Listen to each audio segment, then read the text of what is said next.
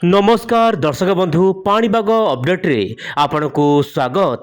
दर्शक बंधु प्रबल मात्रा रे आज शीत देखा मिली आभ्यंतरीण जिला गुड़िक हठात पागरे परिवर्तन देखा मिलला।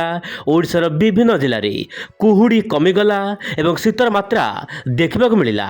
तेज दर्शक बंधु गरम परिवर्तन बर्तमान शीत हठात कौन पाइला यार मुख्य कारण कौन, गरम केबे हेबो एवं वर्षा को लेकिन कौन रही बड़ खबर, यही समस्त प्रश्न गोटे उत्तर आज भिडियो रे आलोचना करबा दर्शक बंधु।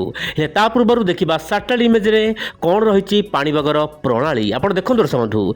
पश्चिम झड़ बर्तमान पाकिस्तान आखपाख अंचल में पश्चिम झड़ सक्रिय रही, जहाँ कि गोटे पर गोटे पश्चिम झड़ आसूची एवं उत्तर भारत उपरे प्रभावित होउची एवं जहाँ फल ओडिशार तापमात्रा बर्तमान कमी जाइछि। आपण देखंतु पाणीपागर एक ट्वीट बर्तमान सोशल मीडिया आसी देखूँ दर्शक बंधु। पाणीपाग ट्वीट करिछि कि जो मिनिमम टेम्परेचर बा सर्वनिम्न तापमात्रा रही आपंकर प्राय 2 दिन मध्य 2 ରୁ 4 डिग्री कमी जीव दर्शक बंधु, जहाँ कि आभ्यंतरीण जिला गुड़िक शीतर मात्रा सामान्य देखा मिल पारे, किंतु अत्यधिक भारी शीत हेनी। किंतु जो भली शीत हम हाल्का फुल्का शीत रही अंचल में तापमात्रा प्राय 20 डिग्री तलू, किसी अंचल में तापमात्रा प्राय 15 डिग्री तल रही आशा रही जहाँ सूचना मिलूँ।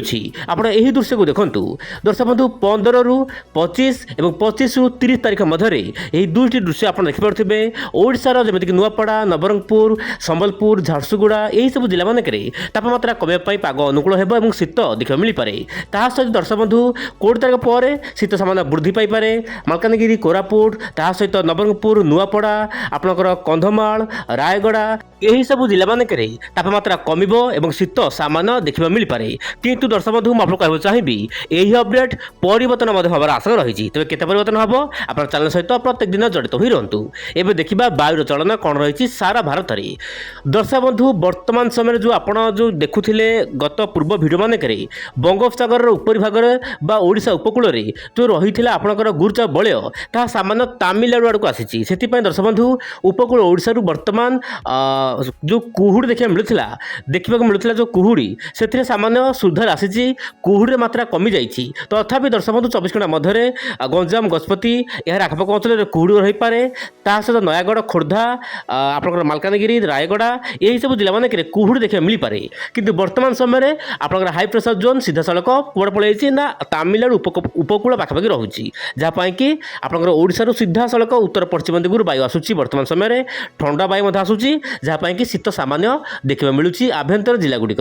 यही समय मध्य दर्शक बंधु जो आपंकर जो थिला पश्चिम झड़ ताहा मध्य दर्शक बंधु दुर्बल हो जाए। वर्तमान उत्तर पश्चिम दिगु वायु आसब, जहाँ कि शीत देखा मिल पारे, किंतु बड़ शीत हबार आशंका नहीं, हल्का फुल्का शीत वर्तमान समय। एवं देखा दर्शक बंधु बड़ अपडेट जहाँ सामने आसूची आप देखूँ दर्शक बंधु। वर्तमान भारत महासागर तल भाग में लगातार भाव में तीनोटी बात्यार मान सृष्टि होती, जहाँ कि गोटे पर देखो दर्शक बंधु मुझे कहीं देखा चाहिए आप देखूँ यही मानचित्र हूँ ऑस्ट्रेलिया। दर्शक बंधु ऑस्ट्रेलिया वर्तमान एक्सट्रीमली गरम माने प्रबल मात्रा गरम जारी रही, किंतु गोटे पटे गरम आउ गोटे पटे रोचे आपंकर बात्यार स्थिति।